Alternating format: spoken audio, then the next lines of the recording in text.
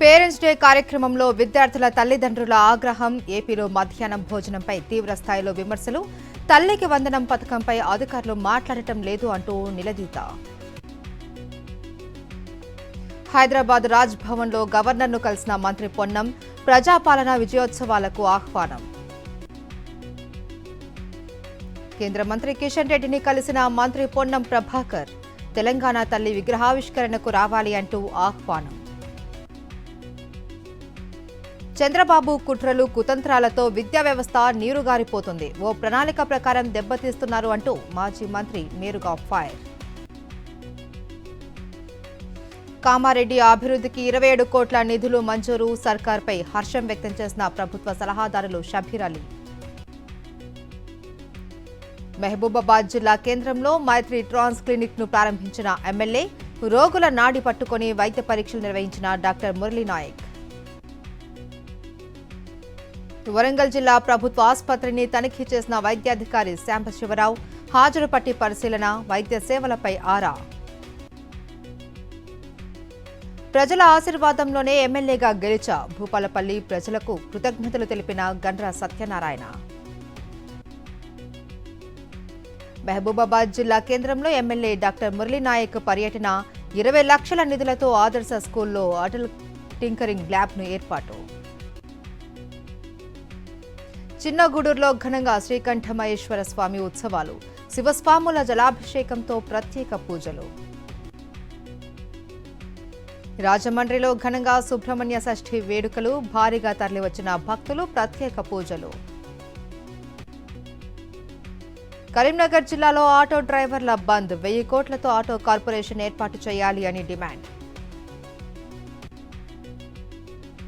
నిర్మల్ జిల్లా వ్యాప్తంగా ఆటో, టాటా ఏస్ డ్రైవర్ల నిరసనలు, మహిళలకు ఫ్రీ బస్ పథకాన్ని రద్దు చేయాలి అంటూ demand. Anantapur Handri Neeva project office ముందు రైతుల ఆందోళన, కాలువల వెడల్పులను పెంచాలి అని డిమాండ్. ఛత్తీస్గఢ్ కాంకేరు జిల్లాలో మావోల అలజడి, కక్నార్కూర్ కుంజంలో డీఆర్జీ బీఎస్ఎఫ్ బలగాలు. కొమరం భీం జిల్లాలో వీడని పులి భయం, చిలపల్లి అటవీ ప్రాంతంలో లేగదూడపై దాడి.